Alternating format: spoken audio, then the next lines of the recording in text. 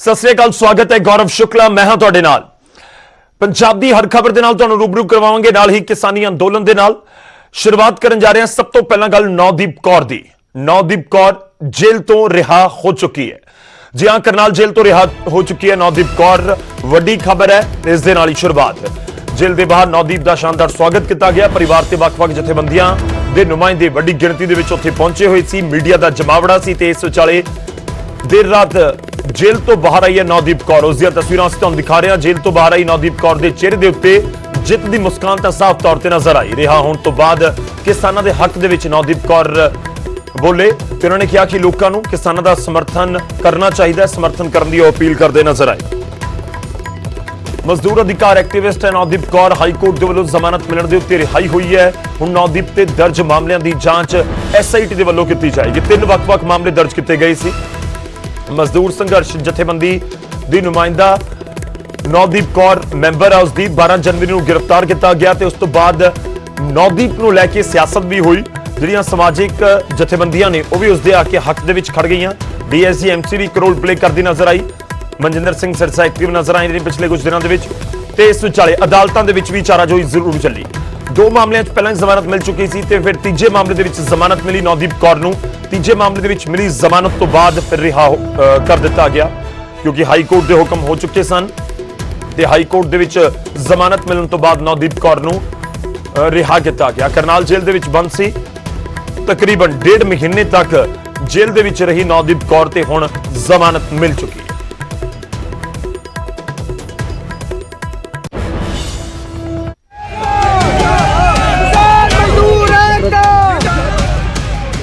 मजदूर कारकुन नवदीप कौर की आखिरकार करनाल जेल तो रिहाई होगी। नवदीप की रिहाई तो पहले ही DIG-MC के प्रधान मनजिंदर सिंह सिरसा ते नवदीप के परिवारक मैंबरों सने वड्डी गिनती में किसान पहुंच गए। जिवें कागजी कार्रवाई पूरी करने के बाद नवदीप बाहर आई तो हर पासे तो किसान मजदूर एकता दीयां आवाज़ां आउणियां शुरू हो गईयां।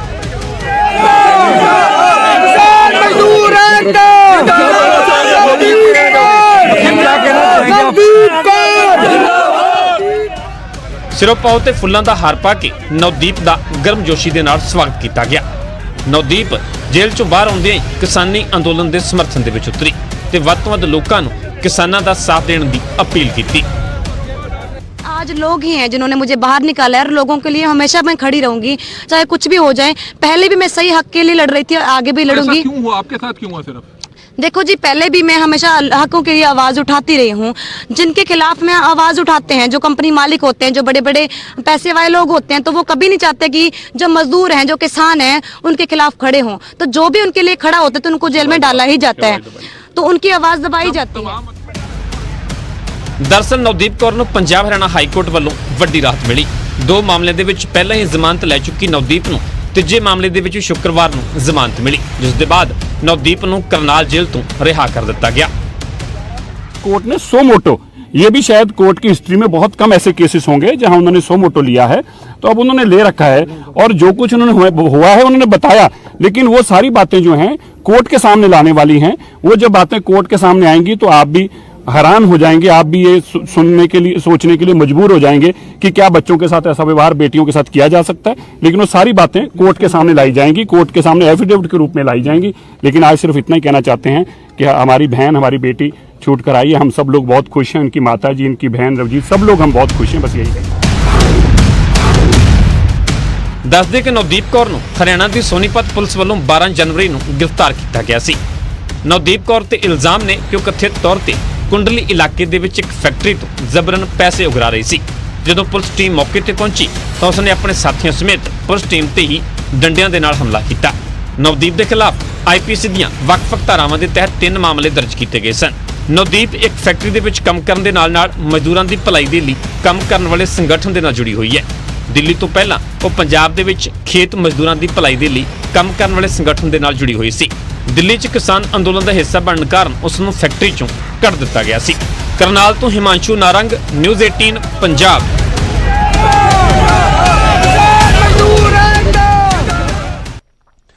तो नौदीप कौर नूं जमानत मिल चुकी है। बाहर आई किसानां दा साथ देने की अपील नौदीप ने की है, पर इस सब विचाले सियासत खूब हुई है। गल हुण दीप सिद्धू की करांगे। दीप सिद्धू की पटीशन ते दिल्ली पुलिस के वलों हुक्म दिते गए ने, दिल्ली पुलिस नूं हुक्म दिते गए ने 30,000 ਕੋਰਟ ਨੇ ਆਦੇਸ਼ ਦਿੱਤੇ ਨੇ। ਦਰਅਸਲ ਦੀਪ ਸਿੱਧੂ ਦੇ ਵੱਲੋਂ ਇੱਕ ਪਟੀਸ਼ਨ ਪਾਈ ਗਈ ਅਦਾਲਤ ਦੇ ਵਿੱਚ ਤੇ ਕਿਹਾ ਗਿਆ ਕਿ ਲਾਲ ਕਿਲਾ ਹਿੰਸਾ ਮਾਮਲੇ ਦੇ ਵਿੱਚ ਹਰ ਇੱਕ ਪੱਖ ਦੀ ਨਿਰਪੱਖ ਜਾਂਚ ਕੀਤੀ ਜਾਵੇ। ਦੀਪ ਸਿੱਧੂ ਦੇ ਦਾਅਵਿਆਂ ਦੀ ਵੀ ਜਾਂਚ ਹੋਵੇ ਤੇ ਹੁਣ 30,000 ਕੋਰਟ ਦੇ ਵੱਲੋਂ ਇਹ ਕਿਹਾ ਗਿਆ ਹੈ ਸੀਸੀਟੀਵੀ ਫੁਟੇਜ ਵੀ ਦੇਖੀ ਜਾਵੇ। ਅਦਾਲਤ ਨੇ ਕਿਹਾ ਕਿ ਲਾਲ ਕਿਲੇ ਤੇ ਬਾਅਦ ਦੇ ਵਿੱਚ ਪਹੁੰਚਣ ਵਾਲੇ ਦਾਅਵੇ ਦੀ ਵੀ ਜਾਂਚ ਕੀਤੀ ਜਾਵੇ। ਦੀਪ ਸਿੱਧੂ ਨੇ ਦਾਅਵਾ ਕੀਤਾ ਕਿ ਉਹ ਹਿੰਸਾ ਫੈਲਾਉਣ ਵਾਲਿਆਂ ਦੇ ਵਿੱਚ ਸ਼ਾਮਲ ਨਹੀਂ ਸੀ।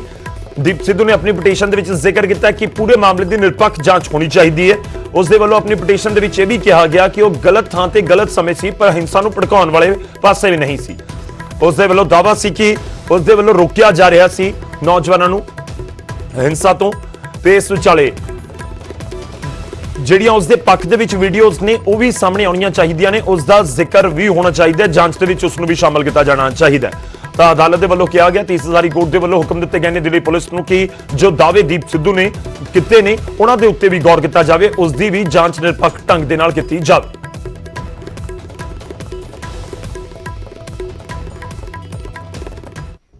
ਹੁਣ ਅੱਗੇ ਵਧਦੇ ਹਾਂ ਤੇ ਗੱਲ ਸੂਬੇ ਦੀ ਸਿਆਸਤ ਦੀ। ਵਿਧਾਨ ਸਭਾ ਚੋਣਾਂ ਤੋਂ ਠੀਕ 1 ਸਾਲ ਪਹਿਲਾਂ, ਤਕਰੀਬਨ 1 ਸਾਲ ਪਹਿਲਾਂ ਸੂਬੇ ਦੇ ਵਿੱਚ ਮੁੜ ਗੈਂਗਸਟਰਵਾਦ ਦਾ ਮੁੱਦਾ ਭਖਦਾ ਜਾ ਰਿਹਾ ਹੈ। ਗੈਂਗਸਟਰਾਂ ਨੂੰ ਲੈ ਕੇ ਮੁੜ ਕਾਂਗਰਸ ਤੇ ਅਕਾਲੀ ਦਲ ਆਮੋ ਸਾਹਮਣੇ ਨੇ। ਬਿਕਰਮ ਮਜੀਠੀਆ ਕਹਿ ਰਹੇ ਨੇ ਕਿ ਕਾਂਗਰਸ ਗੈਂਗਸਟਰਾਂ ਦਾ ਫਾਇਦਾ ਚੁੱਕ ਰਹੀ ਹੈ, ਤਾਂ ਕਾਂਗਰਸ ਕਹਿ ਰਹੀ ਹੈ ਕਿ ਗੈਂਗਸਟਰਾਂ ਦਾ ਅਸਲ ਜਨਮਦਾਤਾ ਅਕਾਲੀ ਦਲ ਹੀ ਹੈ।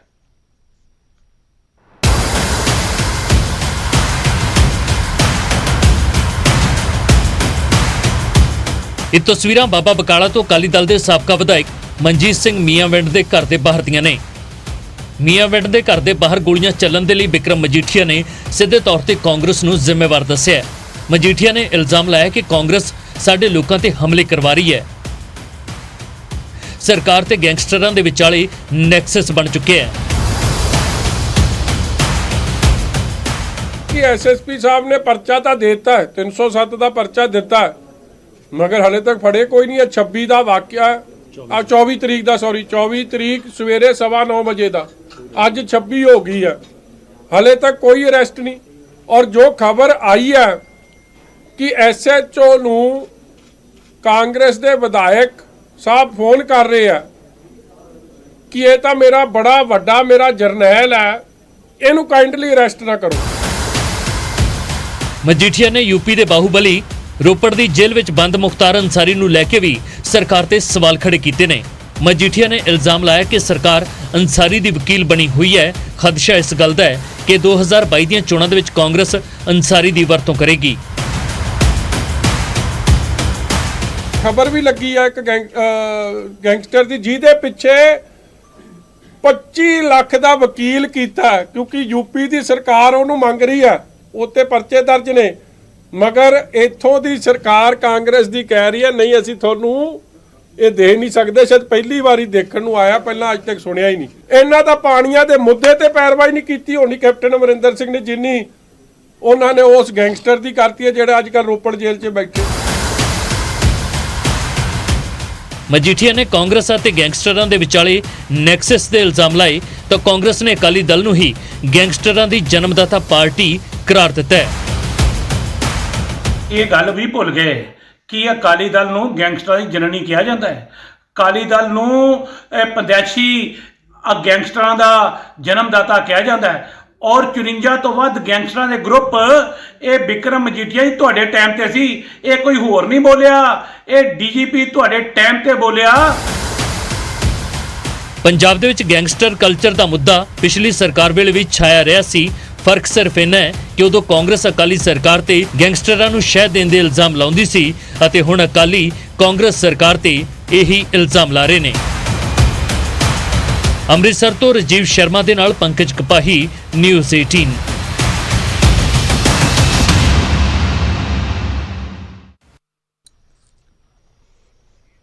ਤਾਂ ਗੈਂਗਸਟਰਵਾਦ ਦਾ ਮੁੱਦਾ ਇੱਕ ਵਾਰ ਫਿਰ ਤੋਂ ਸੂਬੇ ਦੀ ਸਿਆਸਤ ਦੇ ਵਿੱਚ ਗਰਮਾਉਂਦਾ ਨਜ਼ਰ ਆ ਰਿਹਾ ਹੈ। ਹੁਣ ਅੱਗੇ ਵਧਦੇ ਹਾਂ ਤੇ ਖਬਰ ਸਾਬਕਾ ਪ੍ਰਧਾਨ ਮੰਤਰੀ ਡਾਕਟਰ ਮਨਮੋਹਨ ਸਿੰਘ ਦੇ ਭਰਾ ਐਸਐਸ ਕੋਹਲੀ ਬਾਰੇ। ਸੁਰਜੀਤ ਸਿੰਘ ਕੋਹਲੀ ਨੇ ਖੁਦ ਸਪਸ਼ਟ ਕੀਤਾ ਹੈ ਕਿ ਉਹ ਆਮ ਆਦਮੀ ਪਾਰਟੀ ਦੇ ਵਿੱਚ ਸ਼ਾਮਲ ਨਹੀਂ ਹੋਏ ਨੇ। ਐਸਐਸ ਕੋਹਲੀ ਨੇ ਆਮ ਆਦਮੀ ਪਾਰਟੀ ਦੇ ਵਿੱਚ ਸ਼ਾਮਲ ਹੋਣ ਦੀਆਂ ਅਫਵਾਹਾਂ ਦਾ ਖੰਡਨ ਕਰਦਿਆਂ ਕਿਹਾ ਕਿ ਉਹ ਕਾਂਗਰਸ ਦੇ ਵਿੱਚ ਹੀ ਨੇ ਤੇ ਕਾਂਗਰਸ ਦੇ ਵਿੱਚ ਹੀ ਰਹਿਣਗੇ ਤੇ ਆਮ ਆਦਮੀ ਪਾਰਟੀ ਨੇ ਕਿਸੇ ਹੋਰ ਸ਼ਖਸ ਨੂੰ ਉਹਨਾਂ ਦਾ ਨਾਮ ਦੇ ਕੇ ਪਾਰਟੀ 'ਚ ਸ਼ਾਮਲ ਕੀਤਾ ਹੈ, ਜੋ ਕਿ ਗਲਤ ਹੈ ਤੇ ਉਹ ਇਸ ਦੇ ਵਿੱਚ ਖਿਲਾਫ ਕਾਨੂੰਨੀ ਕਾਰਵਾਈ ਵੀ ਕਰਵਾਉਣਗੇ। ਮਾਮਲੇ ਬਾਰੇ ਤੁਹਾਨੂੰ ਦੱਸ ਦਈਏ ਆਮ ਆਦਮੀ ਪਾਰਟੀ ਦੇ ਆਗੂ ਨੇ ਇੱਕ ਸ਼ਖਸ ਨੂੰ ਐਸਐਸ ਕੋਹਲੀ ਦੱਸ ਕੇ ਪਾਰਟੀ ਦੇ ਵਿੱਚ ਸ਼ਾਮਲ ਕੀਤਾ ਹੈ। ਆਮ ਆਦਮੀ ਪਾਰਟੀ ਦੇ ਆਗੂ ਅਸ਼ੋਕ ਤਲਵਾਰ ਨੇ ਇਹ ਤਸਵੀਰ ਸੋਸ਼ਲ ਮੀਡੀਆ ਤੇ ਵੀ ਸਾਂਝੀ ਕੀਤੀ ਸੀ। ਤਸਵੀਰਾਂ ਦੇ ਵਿੱਚ ਕੈਪਸ਼ਨ ਦਿੱਤੀ ਗਈ ਸੀ, ਸ਼ਖਸ ਦੀ ਪਛਾਣ ਸਾਬਕਾ ਪ੍ਰਧਾਨ ਮੰਤਰੀ ਡਾਕਟਰ ਮਨਮੋਹਨ ਸਿੰਘ ਦੇ ਭਰਾ ਐਸਐਸ ਕੋਹਲੀ ਦੇ ਵਜੋਂ ਕਰਵਾਈ ਗਈ ਸੀ। ਡਾਕਟਰ ਮਨਮੋਹਨ ਸਿੰਘ ਔਰ ਇਹ 4 ਭਰਾ ਨੇ। ਸਭ ਤੋਂ ਵੱਡੇ ਡਾਕਟਰ ਮਨਮੋਹਨ ਸਿੰਘ ਖੁਦ ਨੇ, ਸੁਰਿੰਦਰ ਸਿੰਘ ਕੋਹਲੀ, ਸੁਰਜੀਤ ਸਿੰਘ ਕੋਹਲੀ ਅਤੇ ਦਲਜੀਤ ਸਿੰਘ ਕੋਹਲੀ। ਐਸਐਸ ਕੋਹਲੀ ਨੇ ਇਹ ਵੀ ਸਪਸ਼ਟ ਕੀਤਾ ਕਿ ਆਮ ਆਦਮੀ ਪਾਰਟੀ 'ਚ ਸ਼ਾਮਲ ਹੋਣ ਵਾਲੇ ਸ਼ਖਸ ਦੇ ਨਾਲ ਉਹਨਾਂ ਦਾ ਦੂਰ ਦੂਰ ਤੱਕ ਕੋਈ ਵੀ ਰਿਸ਼ਤਾ ਨਹੀਂ।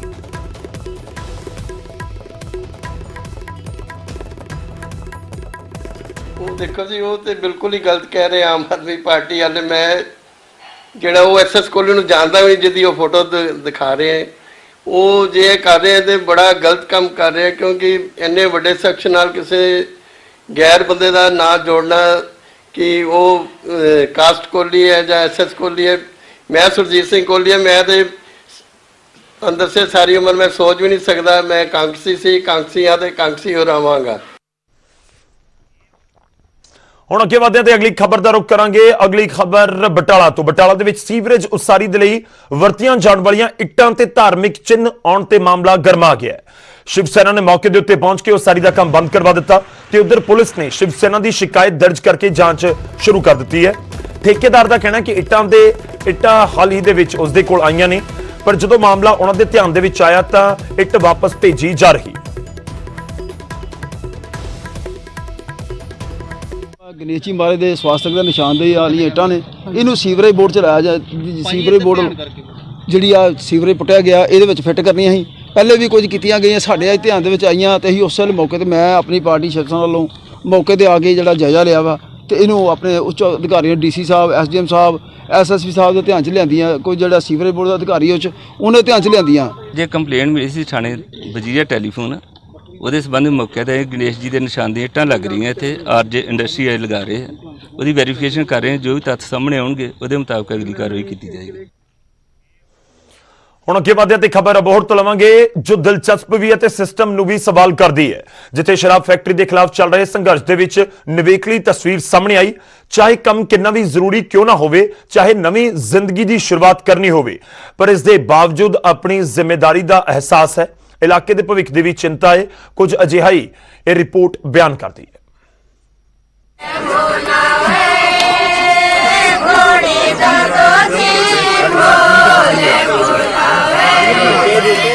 ਸਿਰੇ ਲਗਾਈ ਬੈਠਾ ਲਾੜਾ, ਵੱਡੀ ਗਿਣਤੀ 'ਚ ਬੈਠੀਆਂ ਹੋਈਆਂ ਮਹਿਲਾਵਾਂ ਤੇ ਵਿਆਹ ਦੇ ਗਾਏ ਜਾ ਰਹੇ ਗੀਤ।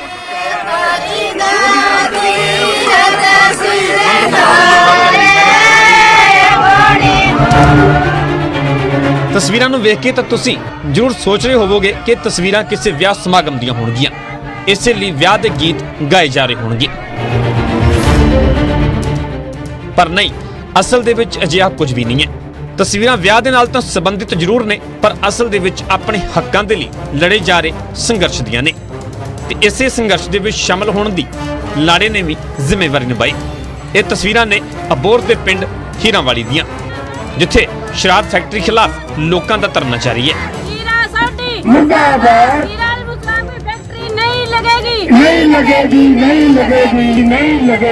ਲੋਕਾਂ ਦਾ ਸਾਫ਼-ਸਾਫ਼ ਕਹਿਣਾ ਹੈ ਕਿ ਕਿਸੇ ਵੀ ਕੀਮਤ ਤੇ ਇੱਥੇ ਸ਼ਰਾਬ ਦੀ ਫੈਕਟਰੀ ਨਹੀਂ ਲੱਗਣ ਦੇਣਗੇ। ਤੇ ਫਿਰ ਇਸ ਲਾੜੇ ਨੇ ਵੀ ਨਵੀਂ ਜ਼ਿੰਦਗੀ ਦੀ ਸ਼ੁਰੂਆਤ ਕਰਨ ਤੋਂ ਪਹਿਲਾਂ ਆਪਣੇ ਭਵਿੱਖ ਨੂੰ ਵੀ ਤਰਜੀਹ ਦਿੱਤੀ ਤੇ ਬਰਾਤ ਚੜ੍ਹਨ ਤੋਂ ਪਹਿਲਾਂ ਆਪਣੇ ਪਰਿਵਾਰ ਤੇ ਰਿਸ਼ਤੇਦਾਰਾਂ ਦੇ ਨਾਲ ਧਰਨੇ ਦੇ ਵਿੱਚ ਪਹੁੰਚ ਗਿਆ ਤੇ ਸ਼ਰਾਬ ਫੈਕਟਰੀ ਦਾ ਡਟ ਕੇ ਵਿਰੋਧ ਕੀਤਾ।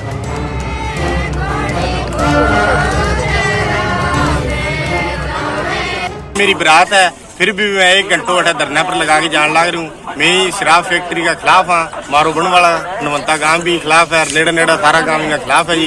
इन बंद करी जावे। बहुत बहुत धन्यवाद होगा जी सरकार को।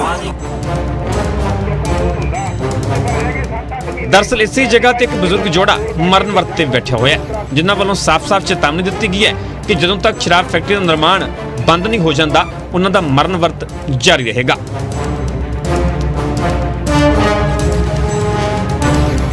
फैक्ट्री बना जी हमारे गांव गए बिल्कुल नजदीक में। इन्ना स्कूल है, लड़कियां को है, लड़का को है, इन्ने मिंदर है हनुमान जी को, इन्ने ढाणियाँ है। हमारे यहाँ प्रदर्शन के कारण बहुत गंदी हवा आगे मिल गई हमारी बड़ी कुछ अड़ंगो है दूर बिना तो पिसा कौन देने ला रहे नू अड़ंगो पैदा करने ला रहे भी खतर भी बच्चा मरा भी तो पहला मेंबर जना अच्छा है पानी पीने में को नहीं मेरा परिवार का एक एक भाई जी को है मेरा परिवार को जी को एक एक जी को कैंसर में चले गए।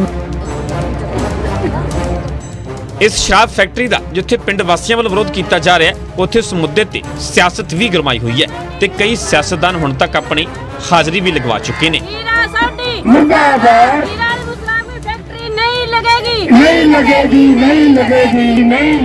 ਤੇ ਮੰਗ ਇਹੀ ਕੀਤੀ ਜਾ ਰਹੀ ਹੈ ਕਿ ਪਿੰਡ 'ਚ ਸ਼ਰਾਬ ਫੈਕਟਰੀ ਨਾ ਲਗਾਈ ਜਾਵੇ।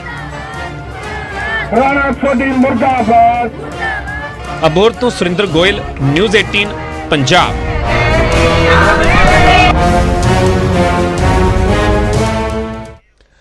ਅੱਗੇ ਵਧਦੇ ਹਾਂ ਤੇ ਹੁਣ